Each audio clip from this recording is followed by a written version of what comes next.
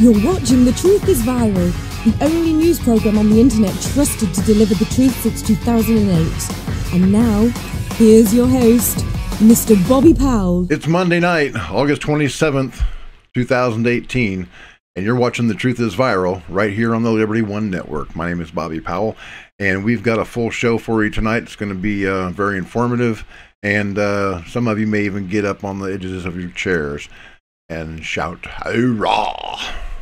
at some point. At least I hope you will.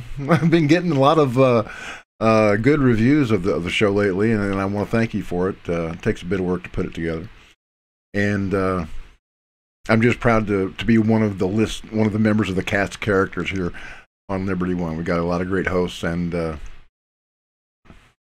I'm really proud to be among them. Today we're going to talk about first this liberal lunatic David Katz, who went into a building where 150 people were playing video games at a Madden video game convention in Jacksonville, Florida. This 24-year-old scumbag from Baltimore took in 2 guns, but he only used one, that he legally purchased in Maryland within the last 2 weeks. One of them, I believe, was a 9mm with a laser sight. I say that because he had 2 guns, as I said. One was a 45, one was a 9, and it just didn't sound like a 45 to me. Matter of fact, I saw on Fox News just as it was breaking. I wish that I had been able to record it, but my DVR was already backed up all the way, and I didn't get a chance to record it. But the Fox News anchor, there was a woman, blonde woman. Of course, it's a blonde woman, it's Fox News, was saying that she heard the automatic sounds of an AR-15. I knew from the moment that I heard those horrific sounds that there was no AR-15 to blame. And today in a press conference, the sheriff of Jacksonville confirmed that. So we're also going to talk about John McCain and the reaction that I got to his passing, the show that I posted on Friday night. And folks, I'm here to tell you, cognitive dissonance. You're hearing nothing but praise for the man from the mainstream media. But looking at the numbers on the video plays and the comments, the people know what's up. You're totally woke. And I'm going to show you some of those comments at the end of the show. But first, let's take a look at the latest press conference held this afternoon by the Jacksonville Sheriff's Department. So we have a total of 13 victims, of which 12 were shot. 2 victims were found deceased at the scene. 10 victims were treated at local hospitals for gunshot wounds, and 1 additional victim was treated for a non-gunshot related injury. The suspect also shot and killed himself at the scene, as we mentioned yesterday, and he is not included in the above count because he is not a victim. He is the suspect in this case. So an official list of the victims from this incident will be released by the PIOs after the briefing today. So we're thankful to report that all of the other shooting victims are expected to recover from their injuries. And I want to credit the great work done by JFRD, paramedics, and the hospital staff for their outstanding work in, again, treating these victims. As bad as this is, it could have been much worse. So the investigation has continued around the clock since yesterday. Video surveillance footage from inside the restaurant clearly shows that this is a single shooter incident and that the suspect took his own life after shooting the victims. The suspect carried 2 handguns and extra ammunition into the establishment with him. However, at this point, we believe he only fired 1 handgun during the incident. The suspect clearly targeted other gamers who were in the back room of Chicago Pizza participating in this gaming tournament. The suspect walked past patrons who were in other parts of the business and focused his attention on the gamers. So this is a very intense and active investigation even at this point, and the motive in this case still remains under investigation. We have JSO detectives in Baltimore working with our federal partners and looking into the background again of the suspect. So with that, we'll be able to answer a few questions. Sheriff, what hotel did this young man stay at? Can you tell us that, and can you tell us if he came here alone? So I don't have that information with me. And I don't know that we will release that as of yet. So, but we obviously know that in a search agreement. Where did he purchase these firearms, or how did he get these weapons? So he purchased the firearms in Maryland, in Baltimore, and based on the investigation at this point, he legally purchased the firearms from a licensed dealer and didn't violate any laws in doing that. Did the shooter go back out alone with his guns, or did he Go ahead. Did the shooter go back out and get his guns, or did he have them with him the entire time? Do we know that? So at this point, we won't comment exactly on how that flowed, but obviously he had both guns with him when he committed the crime. Did he say anything when he went in to actually begin firing? No, not that we've heard. He didn't say anything.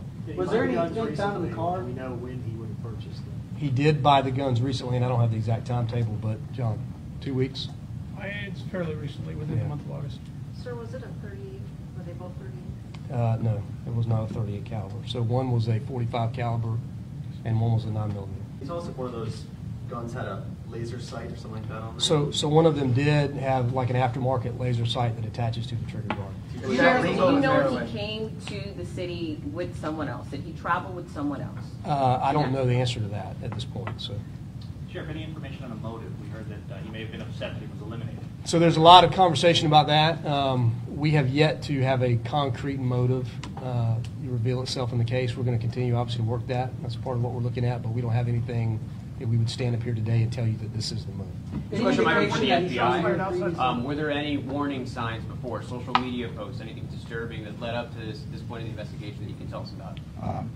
This is still an ongoing investigation. We're exploring all leads, all social media, everything we can. So we're not going to make any comment on it at this point, but we're definitely looking into it. And as the sheriff said, if the public has any information about the subject, have any interactions with the subject prior to it, we'd love to have them pass that information to the sheriff's tip line. Would he have been able to buy those same guns here in Florida with the current laws that we have now, the red flag laws? And well, again, until we get more detailed information about his background, the short answer to that is potentially yes. So. Sheriff, did he know any of his victims, and were there any prior relationships there that you know of? So there are prior relationships with, I don't know specifically about which victims, but this group travels as a circuit, so they are familiar with each other. Hey, this guy was a real winner. Check out this video of him. I don't think of myself as a 7 seed. I think personally I'm one of the better players. And I like to let my You can tell just by looking at his face, looking at his eyes, he's just not quite right. And because of his liberal lunacy, 2 young men are dead. Eli Clayton, who was 22 years old, from Woodland Hills, California, and Taylor Robertson, 27, from Ballard, West Virginia. David Katz couldn't win a video game, so he took a gun and he started shooting his competition. That's just horrific. You've seen the video, haven't you? Well, if you haven't, here it is. Got a lot of good games going on. It's a lot. It's going to be hard to get them on stream. It's not a lot. It's not a tough out today. Excuse me, not an easy out.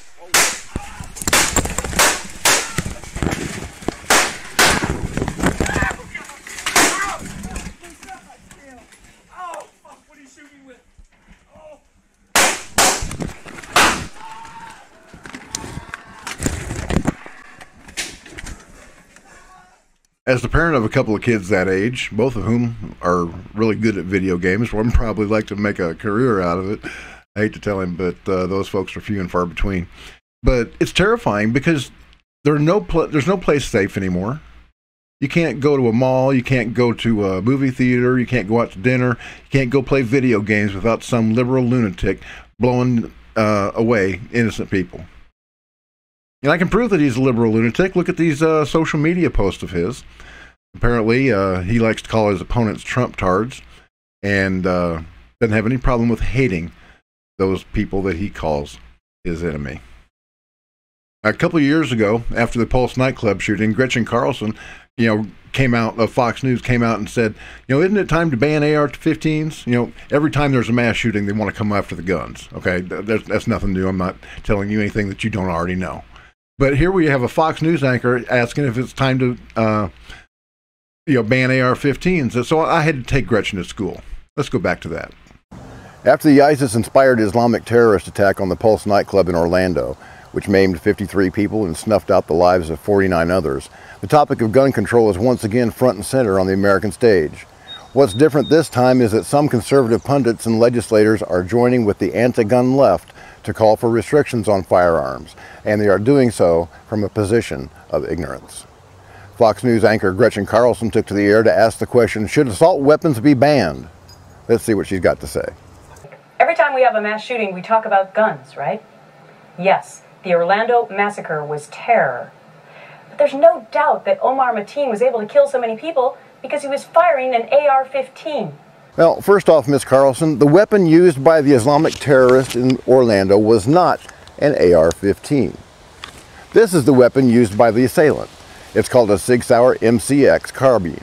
It's a modular, multi-caliber weapon system that can be customized to fire a variety of different caliber rounds, including 5.56 NATO, 300 BLK, and 7.62 by 3.9. The only thing that weapon has in common with the AR-15, other than the fact that it is black, is that it accepts standard magazines, which are common to scores of different firearms. I'd like to point out that the gun control legislation currently before Congress specifically exempts this weapon, a Mini 14 named after my late wife Delynn, from further restrictions. Yet it would ban the sale of weapons such as this AR-15, named in honor of my late daughter Ashley. Both of these beautiful ladies are lightweight, gas-operated, magazine-fed, air-cooled semi-automatic rifles. Both weapons fire .223 caliber and 5.56 NATO rounds at a muzzle velocity of 3,200 feet per second. Both weapons have an effective range of just over 500 yards. Both weapons are semi-automatic, and that means that they are not machine guns, as the liar Dirty Harry Reid proclaimed on the floor of the Senate. A machine gun will continue firing with one press of the trigger until the shooter lifts that finger from the trigger. But both of these weapons send only one round downrange with each pull of the trigger. Fully automatic firearms are already banned for civilian use by the National Firearms Act of 1934, the Gun Control Act of 1968, and the Firearm Ownership Protection Act of 1986. Fully automatic firearms are for military and police use almost exclusively. You cannot buy them at Walmart. By every scientific and practical measure, these weapons are identical in function. The only differences are cosmetic. And anyone who says any different is either ignorant of the subject matter, a left-wing gun grabber, or a special kind of stupid. The Mini 14 weighs in at 6 pounds 6 ounces without ammunition. The AR-15, 1 pound 1 ounce less. That's because instead of the wooden stock on the Mini 14, the AR uses a composite plastic barrel guard that allows for the easy installation of accessories. Let's take a look at some of those accessories, shall we? This flashlight does not make the weapon any deadlier, but it did come in handy as I left the woods each night last hunting season. This laser sight does not make the weapon any deadlier, just more accurate. The telescoping stock does not make the weapon any deadlier, just easier to customize to the length of the shooter's arm. The pistol grip does not make the weapon any deadlier, just easier to control. The flash suppressor does not make the weapon any deadlier, just more polite. Most importantly, the black color does not make this weapon any deadlier. And if anybody thinks that it does, then they just might be a racist. Or really, really dumb. Hashtag Black Guns Matter. So, back to Gretchen.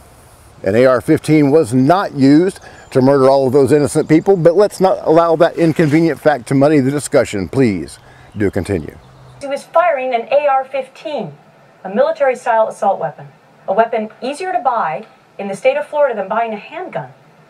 Florida sets a 3-day waiting period for purchasing handguns, but the state mandates no waiting period for any gun that requires 2 hands to hold. The reason that Florida has a 3-day waiting period for handguns is because handguns are used in a majority of firearm homicides. It's called a cooling off period, and it is designed to allow those who get so angry at another person that they think buying a gun and taking their life would be a good idea, time to think about that decision. The reason that there is no waiting period to buy a rifle is that less than 1% of firearm homicides are committed with a rifle. of any kind. The latest FBI statistics reveal that out of the 8,124 gun murders committed in 2014, only 248 were committed with rifles, and so-called assault rifles comprised only a subset of that number. In 2014, an American citizen was twice as likely to be beaten to death with an assailant's bare hands, and more than 5 times as likely to be stabbed to death than they were to be killed by an AR-15. In fact, if one were to discount gun homicides in the cities of Chicago, Detroit, New Orleans, Philadelphia, and Washington, D.C., where Democrats and drug gangs overwhelmingly use handguns to turn the streets of those cities into battlefields that are bloodier than any in Afghanistan, the United States would be the 4th safest country on the planet. So maybe if we really want to decrease gun violence, we should ban Democrats. President Obama and gun control advocates have repeatedly called for reinstating the federal ban on semi-automatic assault weapons that expired in 2004. Congress has said no. Congress said no because the assault weapons ban signed into law by Bill Clinton is widely recognized to have been an utter waste of time and energy, having negligible impact on real-life gun violence at all. Clinton even blamed passage of the ban on the subsequent trouncing received by Democrats in the polls. Republicans remember that. Just ask the New York Times how successful the Clinton assault weapons ban was at the time. So what do you think? A recent Quinnipiac poll shows 58% of you support banning the sale of assault-style weapons. So here's my question today. Do we need AR-15s to hunt and kill deer? Do we need them to protect our families? The answer to that question is yes. We do need the lightweight, accurate AR-15 to hunt deer and protect our families. But, as Judge Andrew Napolitano has stated many times on Fox, the Second Amendment is not about hunting, nor even personal protection. The Second Amendment was added to the Constitution to give we the people the ability to overthrow a tyrannical government should that dark day ever come. Yes, I'm in favor of people being able to carry. I think some of these mass shootings would have been less deadly if that were the case. I'm so happy that you agree I have a natural right to life, Miss Carlson. You know, I was in a shopping center not too far from here the other day, and a little old lady come up behind me and tapped me on the shoulder, and she pointed to my weapon and she said, "That's cool. I wish more people would carry guns." No, ma'am, I said, it's not cool. But in today's world, it's absolutely necessary. And I'll tell you one other thing. You could not possibly be safer than you are right at this very moment. She liked that. So I will continue to carry my weapon every single day, 24/7, 365, in order to preserve my life and the lives of the innocents around me. I have to, because as a conservative Christian publisher, I get death threats all of the time, but the FBI won't do anything about it. Why? Probably because I'm a conservative Christian publisher. One man who offered a reward for my death and the deaths of my family members, in addition to explicitly threatening the lives of federal agents in a YouTube video, is still actively posting. If it means I have to put a bullet in a government agent or two, so be it. As far as I know, the FBI never even went out to see him, even though I, told them about him over almost 2 years ago now. So I assume responsibility for my safety and the safety of those people that I love, and anybody else that happens to be in the general vicinity. But I'm also with the majority today, taking a stand. Can't we hold true the sanctity of the Second Amendment while still having common sense? And that brings us to our question of the day. Should Congress reinstate the assault weapons ban? I know a lot of you aren't agree with me today. That's fine. That's what makes America great. Look, you don't. 89% of you say no. 11% say yes. Tweet me at Gretchen Carlson. Use the hashtag #TheRealStory. This is why we are America. Ms. Carlson, before the Pulse nightclub massacre, the highest mass shooting body count was racked up by the Virginia Tech shooter who killed 32 and injured 17 with 2 handguns, a Glock 19 and a Walther P22, both popular and easily available weapons. Timothy McVeigh snuffed out the lives of 168 people at Oklahoma City's Alfred P. Murrah building, including 19 babies, and maimed another 680 with a truck full of fertilizer and racing fuel. Julio Gonzalez killed 87 people when he used a few gallons of gas and a book of matches to torch New York City's Happy Land Social Club in 1990. Terrorists armed with knives killed 29 and wounded 130 people at a Chinese train station in 2014, and the Palestinian knife intifada continues to this day. On 9/11/2001, the worst terrorist attack the U.S. has ever experienced, which took the lives of more than 3,000 innocent people, was carried out by Muslims, armed with nothing more than box cutters and pepper spray. A gun is just a tool, folks. It's a hard heart that kills, and a sick one that murders innocents at school, at work, or at play. Until somebody comes up with a test to determine the content of a person's heart, there will always be evil people in the world who will use any available method to advance whatever devilish agenda has infected their twisted minds. Further restricting guns is not the answer, especially not now when we are at war with radical Islam. When any trip to our children's schools, a mall, restaurant, movie theater, or dance club could turn into a life or death situation. I fear that soft targets such as these will be targeted by ISIS terrorists more and more, and in the 9 minutes minimum that it takes police to respond to a call for help, hundreds could die. Every American citizen is a member of the militia referred to by the Second Amendment, and they should have weaponry that at least gives them a fighting chance against the modern weapons certain to be wielded by tyrants or terrorists. Now is the time for that American militia to train to repel attacks on this great nation by the bloodthirsty followers of a bloodthirsty religion and a bloodthirsty God. Even Greg Gutfeld says so. And who am I to argue with Greg? He's like Mighty Mouse. And that's my take. Would you like to know why these people are shooting places up? I know why. And I need your help to help me get the message out there. Because half of the country's population have absolutely lost their damn minds. And I'm going to tell you the scientific proof to back up my thesis right after this. Stand by. I'm Pete Santilli, and you're watching The Truth is Viral. Do not click away. We'll be back with more in just a moment.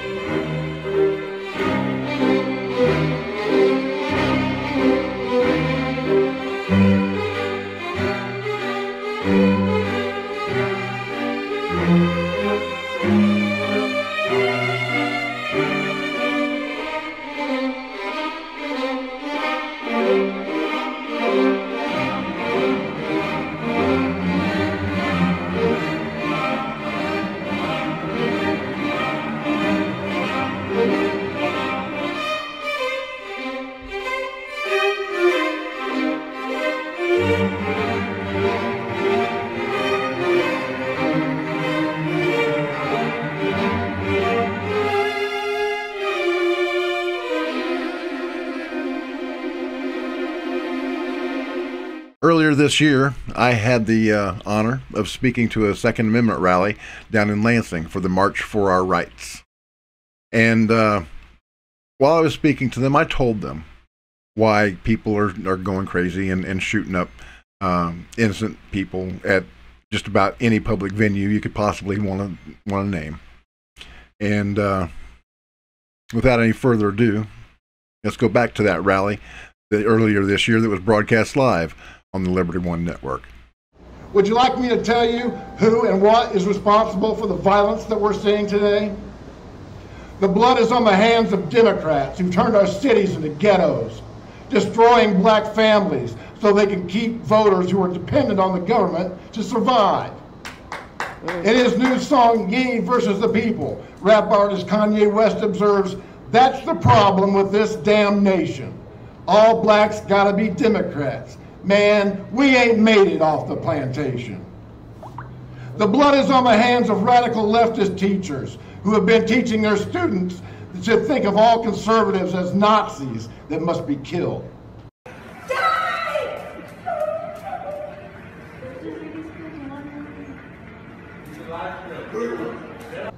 The blood is on the hands of video game manufacturers who create games like Grand Theft Auto, where the object of the game is to assault, shoot, and run over as many innocent people as possible, while raping hookers, robbing liquor stores, and slaughtering police officers just because they wear a uniform.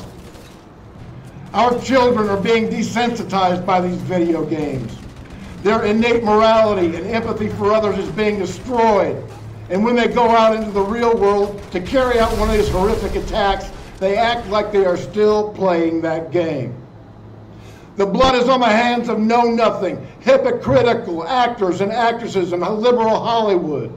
They use their popularity to demand stricter gun control while they themselves are protected by armed security, and then go on to make movies which glorify gun violence. The blood is on the hands of anarcho-communist terrorist groups like Antifa and By Any Means Necessary, who take kids out into the streets to cause mayhem and punch Nazis because that's the cool thing to do. I have zero love for real Nazis, but if you have conservative values, respect our flag, and love our Constitution, then you are automatically a Nazi in the eyes of the left. The blood is on the hands of high school students who bully, marginalize, or ostracize kids that look different, act different, or lack age-appropriate social skills. Parkland student Emma Gonzalez admitted such behavior in her first televised speech, and I quote, "Since he was in middle school, it was no surprise to anyone who knew him to hear that Nicholas Cruz was the shooter. Those talking about how we should not have ostracized him didn't know this kid, okay? We did."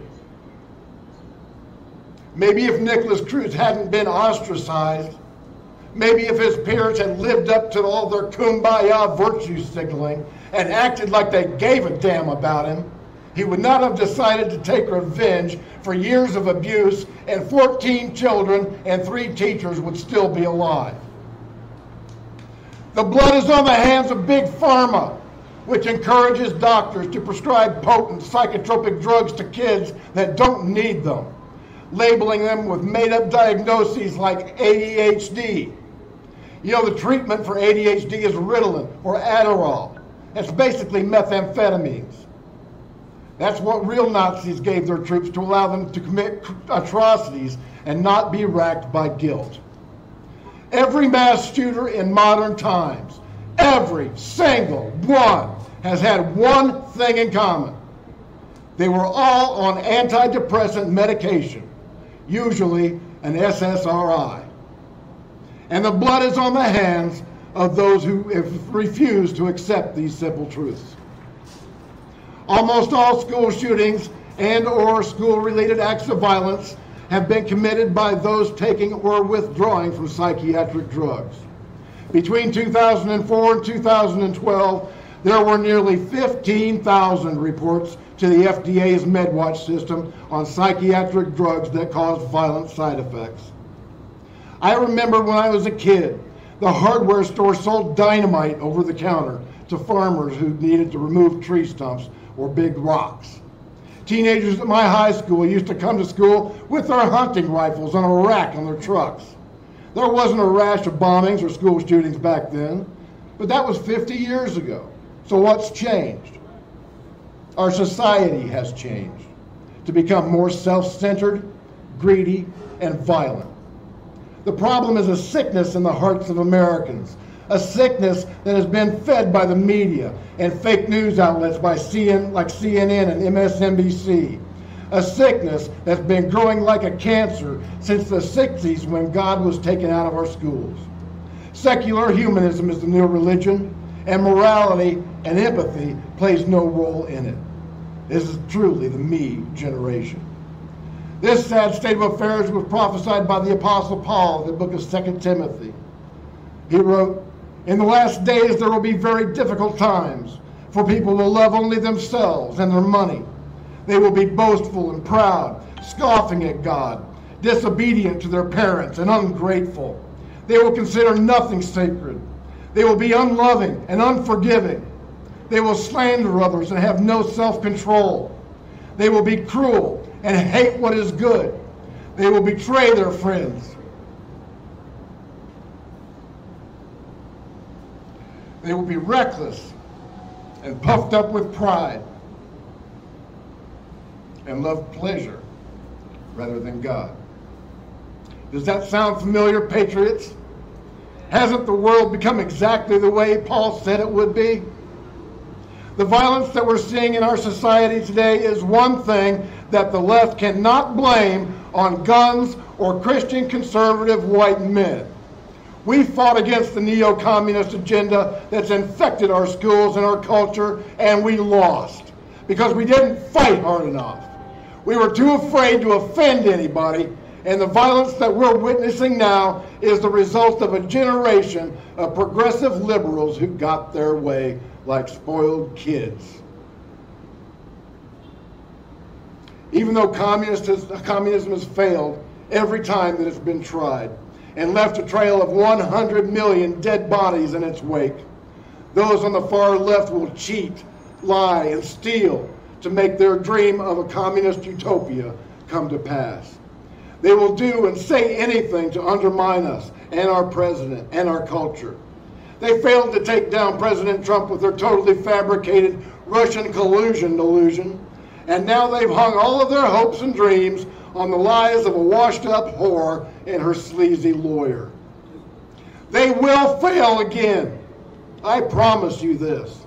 And many of the filthy traitors behind this attempted soft coup are going to end up in prison for their efforts, including some of the highest-ranking employees of the FBI, the Department of Justice, and the State Department. If there's any justice left in the world, Hillary Clinton will be one of them. You'd like to see President Trump keep his campaign promise to lock her up, wouldn't you? Yes. All right, well, let's hear him from all the way from Lansing, Michigan. Lock her up! Lock her up! Lock her up! Lock her up! It's probably too much to hope that Barry Obama will join her in the Gray Bar Hotel, but hope springs eternal, and I'm keeping my fingers crossed. People say that tyranny can't possibly come to America. Those people are wrong, and the founders knew it 200 years before they were born.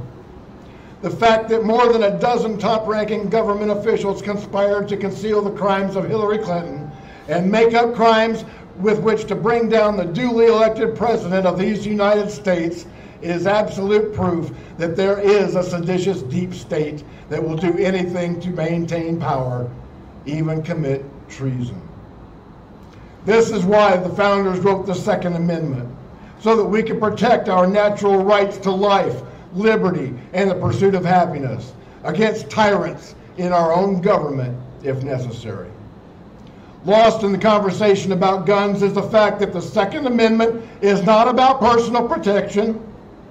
The Second Amendment is not about hunting. The founders were not fearful of a deer uprising.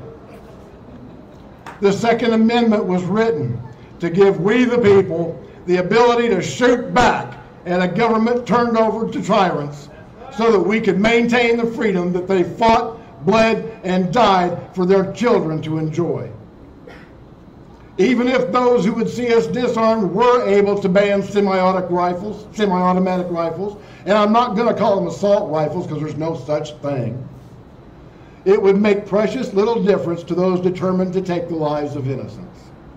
Bill Clinton's ban on AR-15 in the 90s proved that beyond a shadow of a doubt. The ban did not affect the numbers of shootings at all, but it did screw the Democrats out of a midterm victory. And Republican lawmakers need to remember that lesson. Guns are not the enemy. They're simply tools. The enemy is the so-called resistance, progressive values, violent video games and music, and psychotropic drugs that are turning our children into killers. If someone determined to kill can't use a gun, they will use any other method at their disposal. Sayfullah Saipov swore allegiance to ISIS and used a rental truck to kill 8 and injure 7 more on a bike path in New York City last year. And the ISIS magazine Inspire is telling wannabe jihadists how to commit terrorist attacks without conventional weapons. Also in New York, a man by the name of Julio Gonzalez killed 87 people when he used a few gallons of gasoline and a book of matches to torch the Happy Land Social Club in the Bronx. The ISIS-inspired Sarnea brothers used pressure cookers filled with crushed up 4th of July sparklers to kill 3 and injure hundreds more at the Boston Marathon. Timothy McVeigh snuffed out the lives of 168 innocent people and maimed another 680 when he blew up the Alfred P. Murrah Federal Building in Oklahoma City with a rental truck filled with fertilizer and racing fuel. In the worst terrorist attack the U.S. has ever experienced, Muslim terrorists killed more than 3,000 people using nothing more than box cutters and pepper spray. America does not have a gun problem, patriots. We have a problem of the heart. And until somebody can come up with a test that can determine the contents of a person's soul, there will always be evil people who will use any method at their disposal to kill innocents at school, at work, or at play. Further restricting guns is not the answer, especially not now that we are at war with radical Islam and the far left, whose inexplicable hatred for Donald Trump and those who voted him into office is driving them to betray our country and commit horrible crimes against innocent Americans. When any trip to our children's schools, a mall, a sporting event, or a movie theater can turn into a life or death situation, we the people must be armed and ready to meet that threat and neutralize it. Every single one of you is a member of the militia mentioned in the Second Amendment, and you must be prepared to defend yourselves, your families, and your communities from crazies, religious fanatics, and tyrants. We've grown soft, spoiled by microwave dinners, cable television, and the wonders of the internet. We suffer from what's called normalcy bias, which causes us to discount and deny that there are any real threats to our freedom out there. We must get serious about the security of our country, ourselves, and our children. We can never let our guard down, because that's how you get killed. Our forefathers fought a war in the name of liberty and carved out a new nation rooted in truth and the natural rights of men, establishing a government based on the Constitution that John Adams stated was made only for a moral and religious people and is wholly inadequate to the government of any other. If we wish to remain free men and women, we must remember that the price of liberty is eternal vigilance. So when this rally is over, I want you to go forth from this place, patriots. Remain vigilant and pray that our martial skills will never be called upon to defend our lives or the Republic. God bless each one of you. Semper Fi and hoorah. I'd like to thank March for Our Rights organizer Denise Poplowski for giving me the opportunity to speak at that event. And while it was sparsely attended in person because of a driving rain, we did have over 30,000 live viewers here on Liberty One Network. And that just shows the power that that Liberty One has and independent media in general has to reach the people. Okay, we'll get around their bans or shadow bans and the driving down of our view counts and likes and shares and whatnot. I have no doubt we will be victorious with your help, because I'm asking you right now to like, comment, and share. And in 60 seconds, I'm going to come back with a little review of the comments that were left on my John McCain video from last Friday night, the night that he died. And you know, you've watched it all weekend. I have too. It's making me sick. Mainstream media has been lauding this man like he was some kind of a hero. Well, the internet remembers him somewhat differently. I'll be right back. I'm Pete Santilli, and you're watching The Truth is Viral. Do not click away. We'll be back with more in just a moment.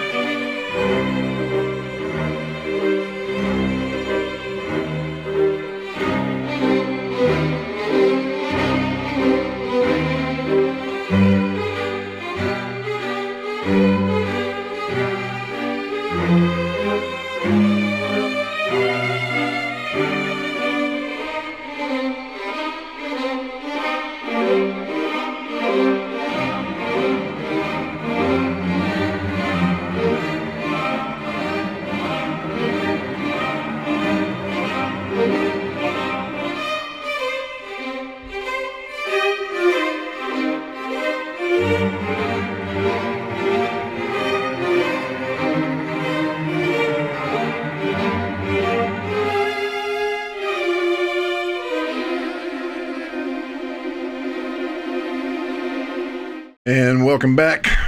I know I promised you that I would have some comments on the McCain video that we broadcast last Friday night here on Liberty One, but we've got breaking news that I need to tell you about right now. Thomas Paine, the publisher of the news website TruPundit, his house has been raided. FBI agents were pointing guns at his young children and his wife, absolutely terrifying them. I'm going to read this article to you real quick. This is really important news, patriots. You need to get this out in every way that you can. Thomas Paine says, I can say with certainty my decision to journey back into journalism was made after the FBI pointed guns at the heads of my wife and children. I knew that first morning. The FBI actually raided my home twice and pointed guns at my family twice. When federal agents raided our home, one definitive thing was going to unfold. These bastards and their bosses were going to pay for violating my family, my kids, my home. One way or another, I would have the last word, as I have throughout my life and career, and I was going to have to go back into journalism to even the score. I always win. You'll learn that about me in the coming days and weeks, if you haven't already learned as a reader of TruPundit. In fact, I've already won. The FBI learned it, too. And I have much more to teach the Bureau if it decides it hasn't been taught enough. TruPundit has broken dozens of key FBI scoops in 2 years, and look at the Bureau. It's in shambles. No one in the media even comes close to our work. My name is Michael Moore. No, not the lib movie guy Michael Moore. Now you understand why I use a pseudonym. I have won numerous awards in journalism, including the Gerald Loeb Award in 1996. None of that much matters in the scope of things or life in general, but being nominated for Pulitzer Prizes in your 20s is something I can tell my grandkids about. And the Loeb speaks for itself. A certified fraud examiner, too, I worked for Citi, running its anti-money laundering ops in 3 states until the FBI ruined that career. But it's time now for Thomas Paine to go public. The good guys don't hide, as a congressman told me this weekend, especially after being terrorized by the FBI. These are the times that try men's souls, the real Thomas Paine penned, especially when a dozen FBI agents are pointing high-powered rifles at my children during an early morning search warrant raid. My boys, 8 and 12, with M4 carbine rifles pointed at their wet heads just before getting on the school bus. One slip of a finger and poof, they're dead. My wife, too, courtesy of the cowboys from the FBI. That was the first time in about 20 years I seriously thought about going back into journalism and do things my way this time around. To unmask mother effers like these FBI agents who were terrorizing my kids and wife. That was the seed that created TruPundit. They come into your home like the FBI did to try to goad you into making a mistake, Maybe take a run at one of them or draw down with your cig so they could blow a hole in my pajamas and be done with me, just like their bosses hoped. Because as a contractor, I knew too much. And I still know too much. And it's almost time to tell the world all about it. We are working on a book that will detail why the FBI turned on me. The reasons are hard to stomach, but I am safer if all I know is put out in the public. While the FBI was tossing my house and asking me dumb questions, the wheels in my head were already years ahead of those chaotic moments. My wife and boys were in tears, but I was already thinking how this could play out. Taking violent retaliation off the table, getting back into journalism could be the play, if I could stay out of prison and stay alive. For a good stretch that morning, I was convinced they were going to stuff me in a van and drive away, but these cowboys were driving Priuses and Ford Escapes. This was not the FBI's varsity. That last conversation I had with the FBI before that encounter was with the Bureau's third or fourth man in charge of the entire FBI HQ in Washington, D.C. He had asked my intel group to investigate members of the Justice Department, including Eric Holder. That is what was on my mind during the raid. This was payback, I thought. Sure, I could understand that. But why would someone like Holder or any of his high-ranking goons in justice send these FBI flunkies to my door? On a bad day, at a different place, they were potential sitting ducks. But they knew the kids were home and well. Cowboys. Meanwhile, they're rifling through every room, every drawer, looking for anything they can find to use as leverage against me. The mind can play tricks on you when you're rousted out of bed and your adrenaline is spiking. I have no intention of killing or harming these folks, or anyone, unless my family is harmed. But I could. Easily. That gives me the upper hand in an interrogation because they are on my turf, and I am comfortable knowing that I am not at risk as long as I stay cool. So I try to stay cool. You learn working with the feds that their main weapon is fear. They are fear brokers. They peddle it at every turn. If you can get beyond that, it's like the first time you fly in an airplane and break through the clouds and understand that there's a whole world above the cloud cover. And it's beautiful, even during a storm. I'm convinced at this point that some job I did for the feds went sideways and I've been compromised. Or someone in my group got leaned on and gave me up, divulged some of the sensitive things we were working on. We pulled many jobs, mostly for the federal government and top brass in the FBI, and many other agencies. If you're familiar with Fusion GPS in 2016 through 2018, I was the grandfather of that type of hybrid intel operation where we combined feds with retired journalists and rained holy hell on private targets. That was the mid-90s, long before Fusion GPS. Name a government agency and we worked for it, along with Fortune 100 companies. We could glean corporate intel from underused databases, nab public records, or get our hands dirty. We quickly gained a reputation as being among the best at what we did, but we stuck to intel and digging for intel and did not cross over into setting up targets like Donald Trump, like Fusion GPS did. But we worked against Trump many years before his political life.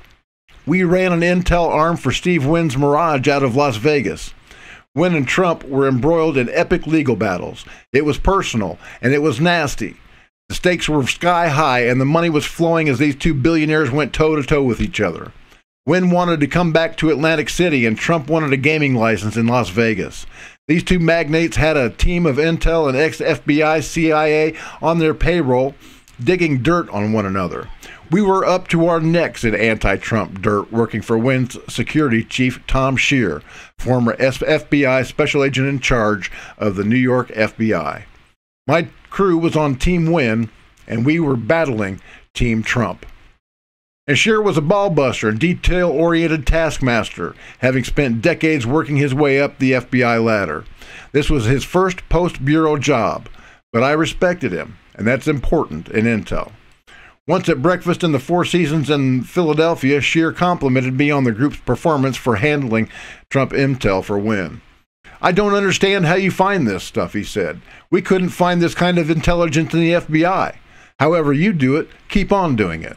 Mr. Wynn is happy."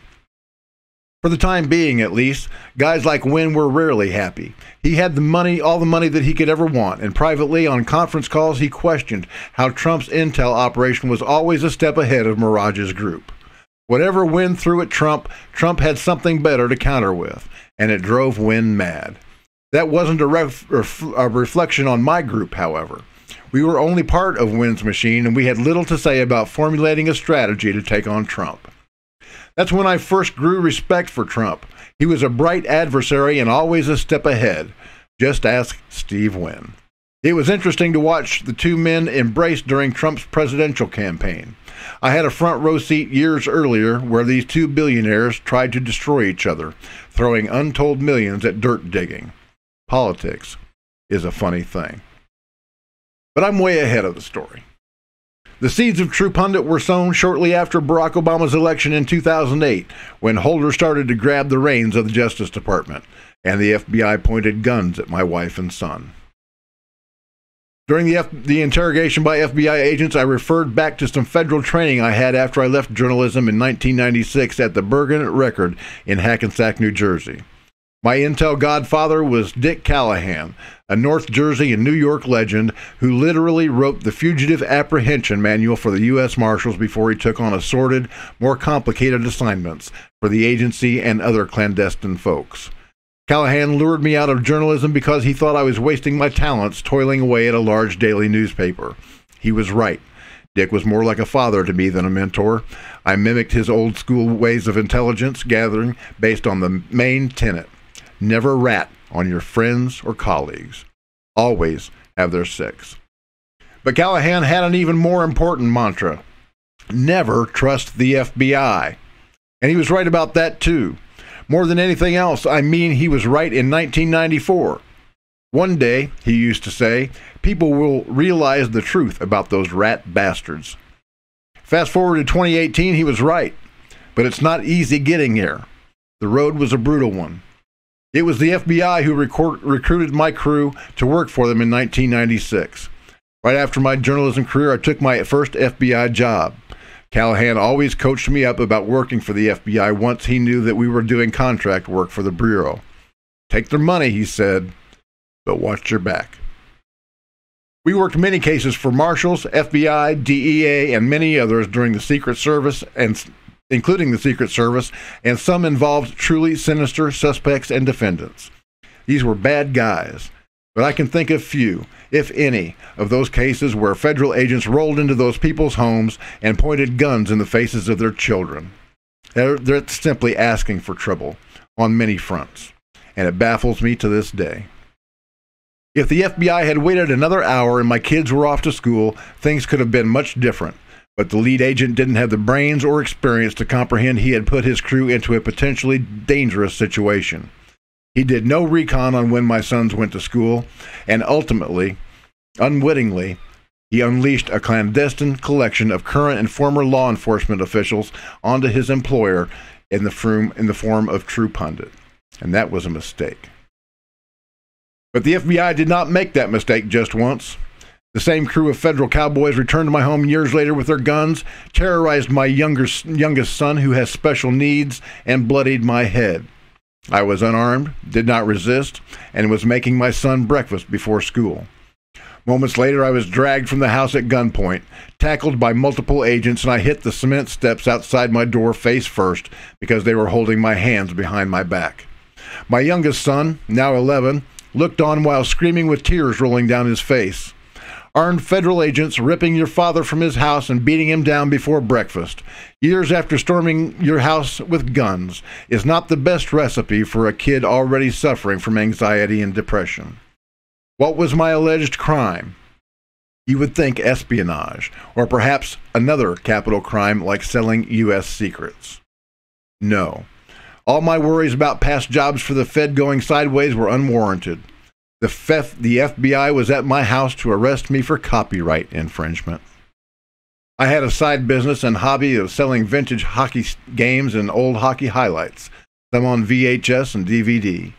The FBI terrorized my kids twice and harassed my family for an intellectual property crime, normally a civil issue at best.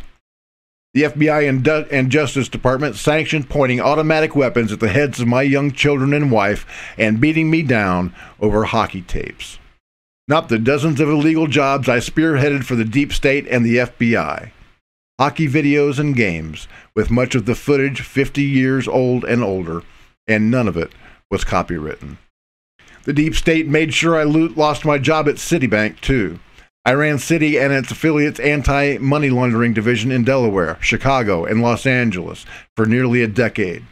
The FBI went out of its way to ruin my career. The deep state had struck, but why? I know too much, and still do. Very soon, you will too. Now the deep state uses its minions in the mainstream media to try to discredit and besmirch me because I have announced a tell-all book coming in weeks, but it simply will not work. I am at peace with myself and how I arrived here at this point in my life.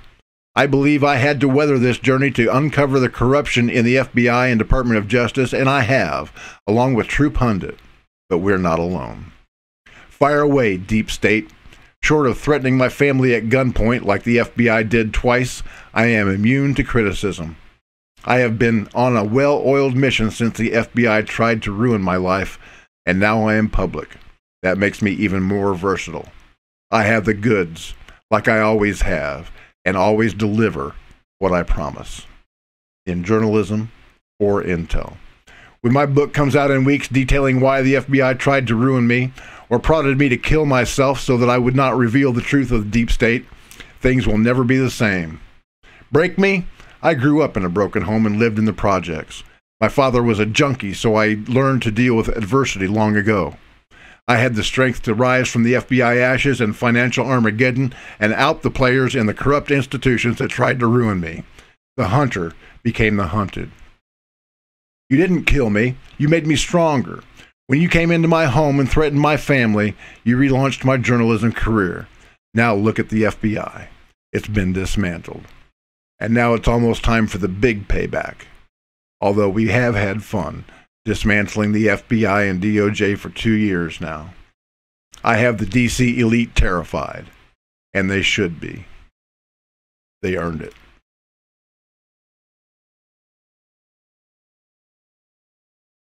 Folks, I've been watching True Pundit for quite a while, and they do always have the scoop first. They have it months, sometimes almost a year before it comes out in the mainstream media, if it comes out at all.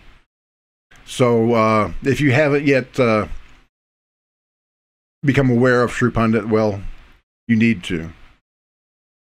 Because the best way that we can protect this man is to share his information. That's the thing that the deep state is most afraid of, information, because it's a powerful weapon. You don't need guns. You don't need pitchforks and torches walking down Pennsylvania Avenue in Washington, D.C. You just need the truth. And so far, because of what Thomas Paine and others have published, 25 of the highest-ranking members in the Department of Justice and the FBI have been fired, demoted, or they've just fled like rats fleeing a sinking ship. I used to have a lot of respect for the FBI. And I want to think that I still do. Because I know individual FBI agents, and they're good people. But the federal government can be a beast, a monster. You all know that my good friend Pete Santilli was arrested and charged with felonies because he simply told the story of a ranching family that was being abused by the federal government. And that can't be allowed. Daniel P. Love, the special agent in charge of that Bureau of Land Management raid, lost his job. It's not good enough.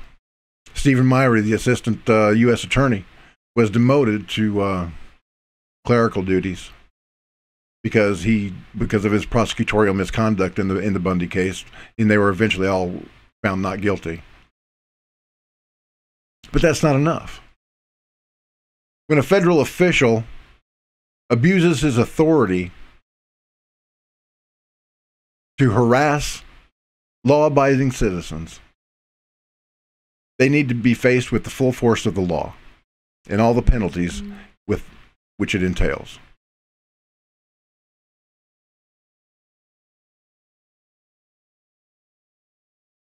And just one last note.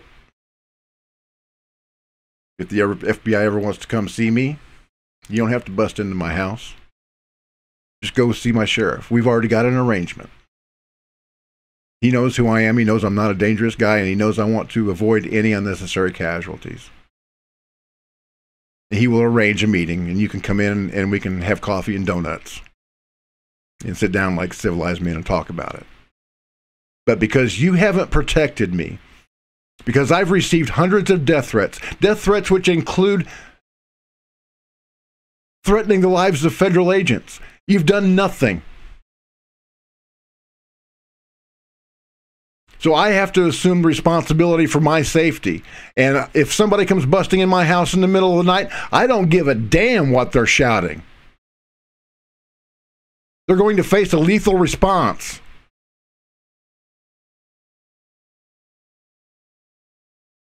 And I don't want to hurt anybody. I really don't. And you don't want any of your men to get hurt. At least you better not. Or you should care about the safety of your men. So please, contact my lawyer. You know who he is. Contact my sheriff. And come over for coffee and donuts.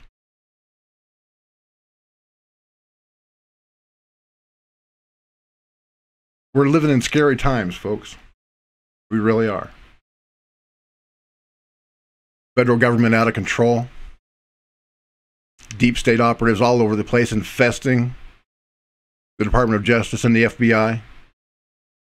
Trampling on the rights of American citizens. We've got to spread the word. Like, comment, and share all of our videos. Everybody on Liberty One. You are responsible to get this word out. I can sit here and talk all night long, but without you, without your help, nobody's going to see it.